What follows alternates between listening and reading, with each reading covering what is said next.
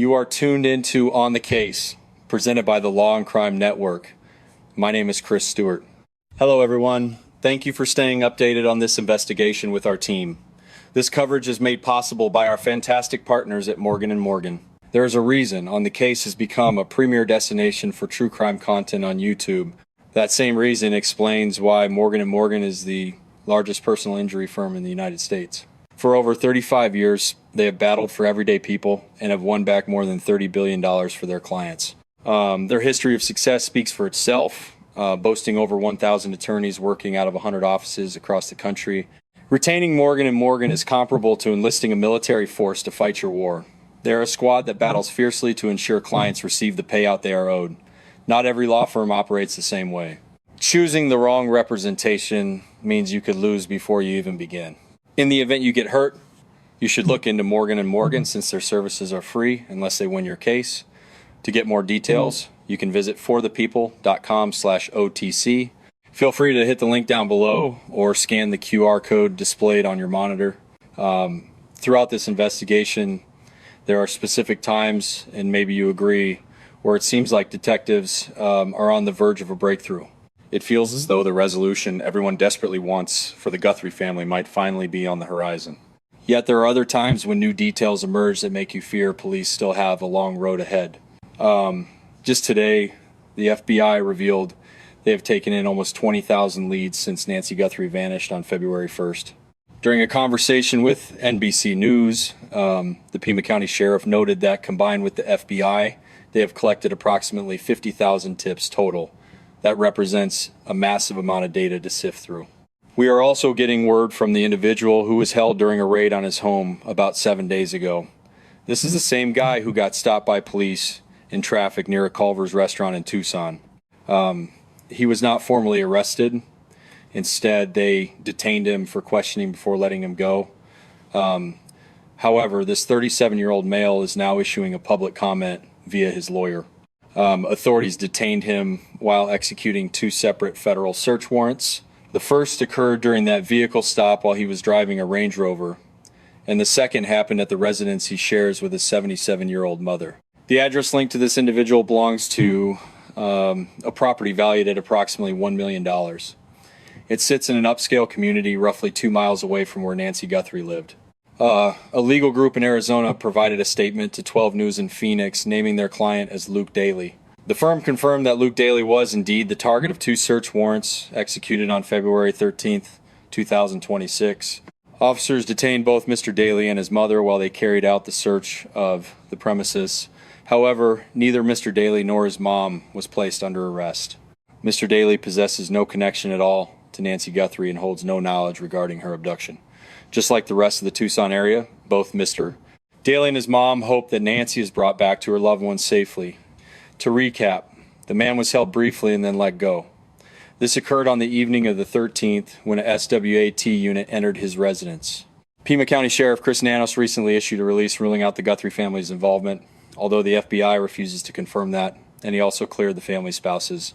However, Nanos offered these comments when questioned about Daly, whom he explicitly labeled a person of interest, regarding whether he had been exonerated in this matter. Nanos told 12 News that the court mandate required a search of the residences. People are inside those places, whether family or friends. We cannot have them present while we work. He then asked if they were being detained. The answer is obviously no. They are free to go anywhere else, just not stay in the house. We knew we sought one specific individual at that location, and the other person we want to find is Nancy. Nancy was not found there. This person of interest provided a statement and complied with whatever the warrant demanded, whether it asked for physical evidence like buccal swabs, photographs, or fingerprints. We obtained all the necessary items and he was allowed to leave. Does this imply he is no longer considered a suspect? No. We will continue our investigation. We have evidence from the residents to analyze. Imagine if we discover Nancy's DNA inside that house at this very moment. Once again, that response came during a solo interview with 12 News, where the sheriff was clearly speaking in a very casual manner. It remains uncertain whether any DNA was discovered within Daly's residence, but his legal team has issued that statement insisting he had no involvement and knows nothing about Nancy Guthrie's fate. You can certainly interpret that situation from multiple angles. we have confirmed that authorities visited several firearm shops across the Tucson region this week. Reports indicate they carried a roster of names and photos, inquiring if shop owners recognized any of them as customers from the past year. We are also standing by to see if a DNA sample retrieved from Nancy's home proves to be the critical evidence we need. The exact nature of that sample is unknown, but we know for a fact it did not belong to Nancy. It also failed to match her relatives or close associates. When run through CODIS, the FBI database containing profiles of arrestees and convicts, it returned no hits. However, that does not render the DNA useless, since CODIS only captures about 4 to 6% of the total population. The Pima County Sheriff states that detectives are currently employing genetic genealogy to attempt to identify the source of the DNA sample collected from Nancy's residence. We discussed a specific example yesterday, illustrating how this technology successfully resolves investigations that are in danger of turning into cold cases. The method involves analyzing a DNA sample to identify an individual through their ancestry by linking them to relatives in their family tree. Investigators search databases similar to 23andMe to spot genetic traits shared by perhaps a third or fourth cousin. This technique has proven extremely effective in numerous investigations. What you are seeing now is the footage from the arrest of a man named Victor Antonio Martinez Hernandez. Although this incident is unconnected to Nancy Guthrie, genetic genealogy was the key factor in solving it. Martinez Hernandez is a convicted killer. In August of 2023, he assaulted and murdered a woman named Rachel Morin in Maryland. Morin was a 37-year-old mother of 5 children. She was simply out running on a trail. Martinez Hernandez was present in the United States without legal status. He had escaped his home country of El Salvador following an arrest warrant for a homicide down there. When police ran the DNA evidence from the Maryland crime scene through CODIS, they found no match. You can see the parallel to the Guthrie investigation right there. Martinez Hernandez did not appear in CODIS because he had no prior criminal history within the United States at that time. However, genetic genealogy allowed them to examine ancestry markers to construct a family tree, which eventually enabled them to hunt him down and locate him 10 months after Rachel Morin's killing right outside a tavern in Tulsa, Oklahoma. Martinez Hernandez is currently serving a life sentence with no chance of parole. Another significant investigation where genetic genealogy forced a conclusion involved the notorious Golden State Killer. This is actually the investigation that thrust this forensic method into the public eye. Authorities in California sat on dozens of sexual assaults and over 12 homicides that remained unsolved for decades. These crimes dated back to the 70s and 80s, yet police had preserved the DNA samples. When they checked CODIS, they got no hits. When genetic genealogy first hit the scene, investigators started running their DNA evidence through GE Deadmatch, a public database folks use to track down their ancestors. They didn't snag a direct hit on the suspect, but they located distant relatives of the guy they'd eventually bust, leading them straight to Joseph D'Angelo. He is a ex-cop known as the Golden State Killer who got handcuffed in 2018 and is currently 80 years old. The man is still breathing and serving 13 back-to-back life terms. Police say he is responsible for heaps of sexual assaults, yet California's statute of limitations laws prevented prosecutors from charging him for those specific attacks. Shifting gears back to the Nancy Guthrie mystery, this situation is obviously a whole different animal compared to the previous examples. We have absolutely no idea where Nancy is right now. We honestly can't say for sure if she is still with us. However, authorities recovered a DNA sample at her residence that doesn't match her or her relatives, and that might just be the smoking gun needed to solve this. The sheriff has also publicly stated he suspects the individual caught on camera on Nancy Guthrie's porch probably wasn't working alone. He noted they are keeping all options open regarding multiple perpetrators, including the likelihood of an accomplice assisting in this crime. It remains a mystery whether police possess more footage beyond those released shots of the masked gunman standing at Nancy's entry. The sheriff did mention he feels this was a targeted hit, meaning the perpetrators knew exactly who they were hunting. During an interview, the sheriff described that feeling as just a hunch. Meanwhile, another theory gaining traction is the possibility that Nancy might have been taken down to Mexico. You can actually reach the international boundary from her place in no time at all. It takes less than 2 hours to drive south to the nearest crossing, which is located in Nogales, Arizona. That entry point leads you right into Nogales, Sonora, Mexico, where you will see a massive wall. You have likely spotted this structure on TV since politicians frequently use it as a background for speeches about immigration policy. Driving from the States into Mexico is actually a surprisingly smooth ride. The border agents really do not stop traffic heading in that southern direction. However, keep in mind that surveillance cameras are everywhere at that checkpoint, recording every single car entering Mexico. While there are spots away from the wall where you could technically cross on foot, the landscape out there is brutal. It is rugged, uneven desert country. You really have to question the probability of a kidnapper dragging Nancy Guthrie through that kind of harsh environment. The FBI confirmed to CBS that they are coordinating with Mexican officials. Meanwhile, the Pima County Sheriff stated there is zero evidence suggesting Guthrie was transported across the line. I questioned retired FBI agent Greg Rogers about the likelihood of this investigation extending south into Mexico. No, I can promise you the federales, that is the Mexican federal police, have been working alongside us on this file since day one.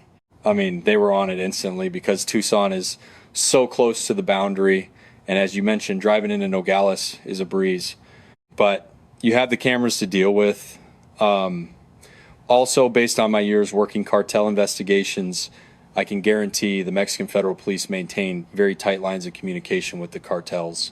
They have definitely discussed this situation with them. If she were actually down in Mexico, particularly around the Nogales region, the New Generation cartel runs that zone and is extremely active. They would be aware because nothing happens on their turf without them knowing the details. I am not implying I believe the cartels had a hand in this crime. I am simply stating that if it happened there, they would have heard about it. The Mexican federal police have been chatting with them about it since nothing goes down in their territory without catching their attention. The cash incentive for anyone willing to spill information on this case has increased significantly. You have the FBI putting up $100,000, plus Crime Stoppers is now matching that with another $100,000 reward funded by a Wisconsin injury attorney. We are bringing back missing persons private investigator Steve Fisher to break down the latest updates. Thanks again for joining us here on Law and Crime. Today hit me hard because we are at day 18 and there are moments where you get this sense that authorities are closing in. Like when they raided that house, you get that feeling like, all right, this is it. They are finally right on the verge of cracking it. Then you hear reports about detectives visiting gun stores with a roster of 20 or 40 names, asking if anyone recognizes them. That makes you anxious that perhaps they are not nearly as advanced as we hoped. Now that we are 18 or 17 days into this, it seems they are having a tough time pinning down the suspects or locating Nancy. From your perspective, looking in from the outside, where do you think this investigation stands? Well, as you noted, it is tough to gauge. I understand that when you see them hitting up businesses and flashing photographs around, and we know they're circulating that surveillance footage to local shops, but remember they stated they have a massive team of 400 agents, deputies, and investigators on this. Even if they are narrowing their sights on a suspect using genealogy or evidence found during those warrant executions, they are still going to chase down every other lead as a backup plan. I do not necessarily view those inquiries as proof that they are empty-handed. However, I would be shocked if we do not see more search warrants served today, at least ones that go public. I am definitely starting to get more concerned based on their current demeanor. I sense a shift in attitude between that first warrant served on the guy, Carlos, down in Rio Rico, versus the most recent one involving the Range Rover. With the first guy, they seem to communicate very quickly that, hey, Carlos was not involved in this at all. With this latest group, they keep emphasizing that no arrests were made yet, but they are still analyzing evidence. That message is distinct, which makes me suspect there might be a connection there. It might not mean those individuals are the culprits, but there could be a thread that pulls investigators toward the next phase. Exactly. We frequently report on the wins where fugitives get caught within the first 24 to 48 hours. We almost expect that speed, yet here we are sitting at day 18. Based on your experience with missing persons files, although I know this one is unique, what is the vibe typically like when you hit the 18-day mark? Is this the point where you start dreading we might still be stuck here next week? I am not suggesting they are not grinding away or chasing leads, but you naturally start to worry that solving this becomes exponentially harder as the clock keeps ticking. Yeah. Look, this situation is not like the usual ones. This is bizarre territory even for veteran FBI agents because kidnapping an 84-year-old woman for ransom is incredibly rare.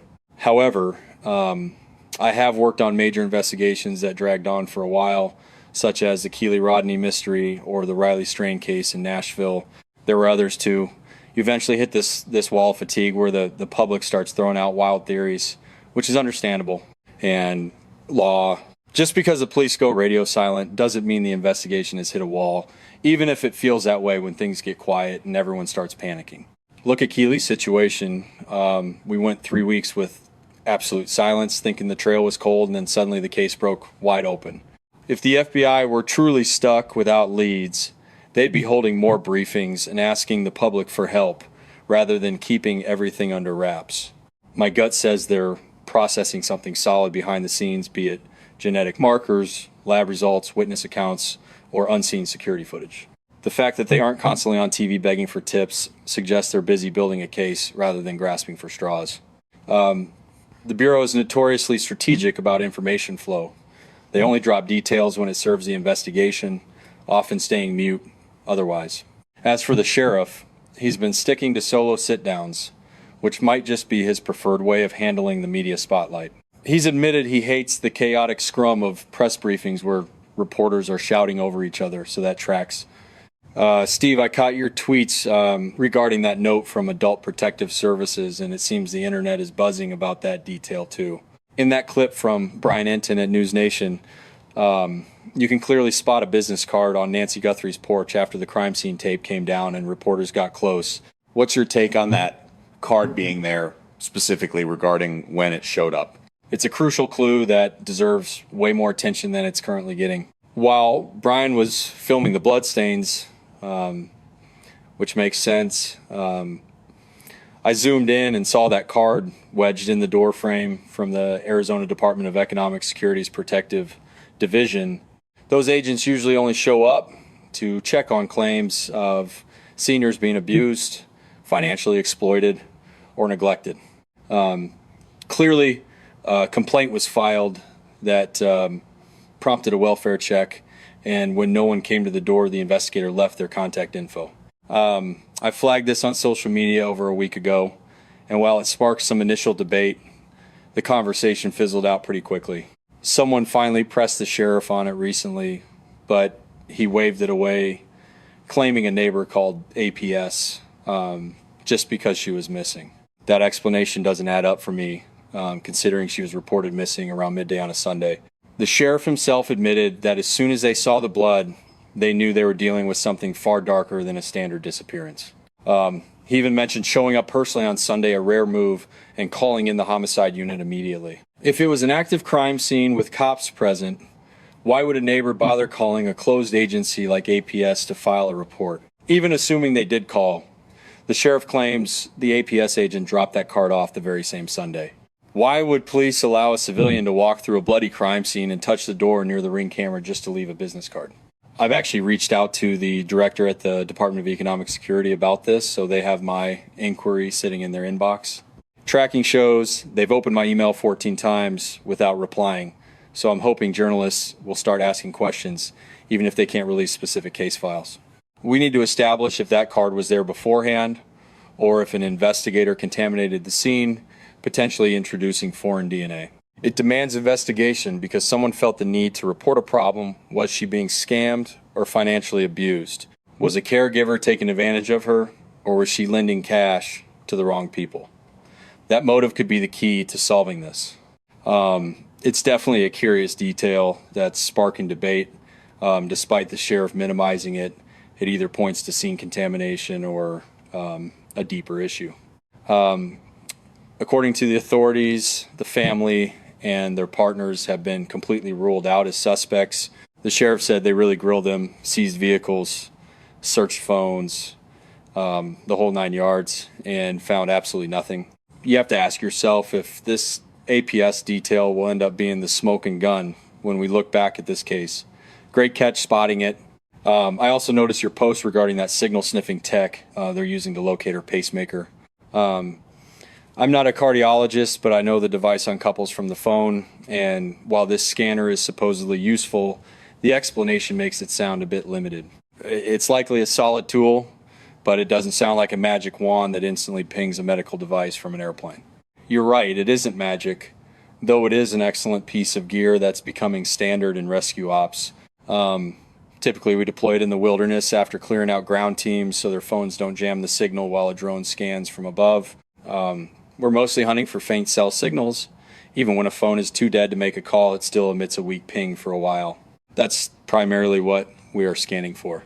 This gadget detects all radio frequencies and filters them on screen to identify specific bands used by medical implants like pacemakers. The catch is that to conserve their 7-year battery life, pacemakers only transmit a weak, short-range pulse every few minutes. You can't just scan a whole metropolis with it. It's designed for pinpointing victims in specific zones like avalanche debris, dense woods, or rubble. It simply isn't built for wide area urban surveillance. That said, I'm glad they're deploying every asset available. If you have the tech, you might as well try it, so I don't blame them. Exactly, and seeing the sheer amount of effort poured into this over the days really highlights how tough these investigations can be. Conversely, it is honestly baffling considering you have a force of 400 federal agents involved. Tech giants like Apple and Meta have offered assistance. You possess all this advanced capability. The Bureau is even contacting Mexican officials to check for any leads down there. We remain on the hunt for a fugitive who by most accounts doesn't exactly fit the profile of a mastermind operative like Jason Bourne, given that he isn't viewed as a sophisticated global criminal. It really serves as a stark reality check, demonstrating just how incredibly difficult it is to actually close the book on investigations of this nature. Another key element involves that genetic genealogy DNA, which proved to be a massive breakthrough in the Brian Kohberger inquiry. It was the same method that successfully identified the Golden State Killer. We discussed the Rachel Morin homicide in Maryland, where this science was pivotal in locating a suspect who was not listed in the CODIS database, similar to the circumstances here. In your professional experience tracking individuals, have you utilized this specific brand of DNA analysis? How potent is this tool when days are passing by and it seems we still lack a concrete suspect? Yes, I certainly have. Look, it is unfortunate that this unknown DNA was present, and I am not referring to the glove, but rather the biological evidence found inside the residence belonging to a stranger. That discovery is critical. It is unlucky the perpetrator wasn't in the national database, yet I believe genealogy will pinpoint them. Private labs like Othram are completely revolutionizing the industry. They are cracking cold cases that have sat dormant for 50 years. The capabilities they have achieved with modern DNA tech are astounding, and they aren't the only ones. While I cannot recall every name, Othram is truly incredible in how they have burst onto the scene and managed to resolve these mysteries. I suspect they were actually the agency behind a few of the specific examples you mentioned earlier. However, the process does take a bit more time now because they must map out distant family trees. I assure you this is a top priority with multiple teams working in parallel, so that should speed it up. We might see results in a time frame similar to the Idaho case. Agreed, and this analysis has likely been underway for a while simply because of the necessary quality assurance protocols. That step is mandatory if an external laboratory intends to upload data into CODIS. That does not imply samples weren't sent to private labs immediately to begin their own independent testing. Consequently, we might only be 3 or 4 days away from uncovering the identity of this individual. If surveillance footage doesn't break this case wide open, or if the search warrants fail to yield a smoking gun, genetic genealogy will be the key. I predict we will know in another 4, 5, 6, or 7 days. Exactly. You also have to consider that the way authorities are discussing the evidence suggests this goes beyond just the DNA of a maintenance worker or a landscaper. I am aware that the hired staff have already voluntarily provided their genetic samples. Up to this point, they have not identified a match. Those samples would belong to individuals known to the homeowners. This points to someone completely unconnected, which is intriguing because we know visitors were present. We have observed the pool maintenance crew and others arriving at the scene. She clearly had regular service providers, but to our knowledge, they have all been swabbed and cleared. With them ruled out, the presence of truly unidentified genetic material is very significant since she did not seem to host guests beyond her inner circle. I am convinced this evidence will lead to the culprit. Tragically, the presence of that DNA likely indicates a physical struggle occurred within the home, leaving the attacker's biological trace behind. We can continue to hope for a good outcome. I genuinely believe this fugitive is going to be apprehended. It certainly feels that way. Given the massive assets being deployed, a capture seems inevitable.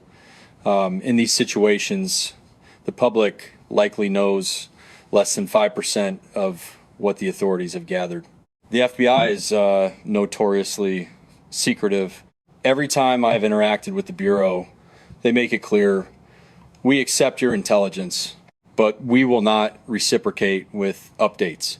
They maintain that stance with local police as well. When the feds take the lead, they absorb all evidence from local precincts, but share almost nothing in return. They hold a lot of cards. It is highly probable they know the suspect's identity already. It is just a question of physically locating them at this moment, right? Correct. We will watch how this unfolds hour by hour. Missing Persons Investigator Steve Fisher, it is always a pleasure to host you on Law and Crime. Thank you for joining us. I appreciate the invitation. If anyone has details regarding Nancy Guthrie, please dial the Pima County Sheriff at 520-351-4900. Alternatively, you can reach the Bureau at 1-800-CALL-FBI or visit tips.fbi.gov. That concludes this edition of On the Case presented by Law and Crime. Please follow us on YouTube and Spotify. We are also streaming live on Peacock. I am Chris Stewart. Catch you next time. An individual taken into custody during a raid linked to the Nancy Guthrie inquiry insists he has zero knowledge of the crime. However, the Pima County Sheriff states that this man has not yet been ruled out as a suspect regarding the vanished 84-year-old mother of Today Show star Savannah Guthrie. We are also gathering fresh insights into the advanced forensic methods that could solve the mystery of who entered Nancy Guthrie's residence as the hunt stretches from days into weeks.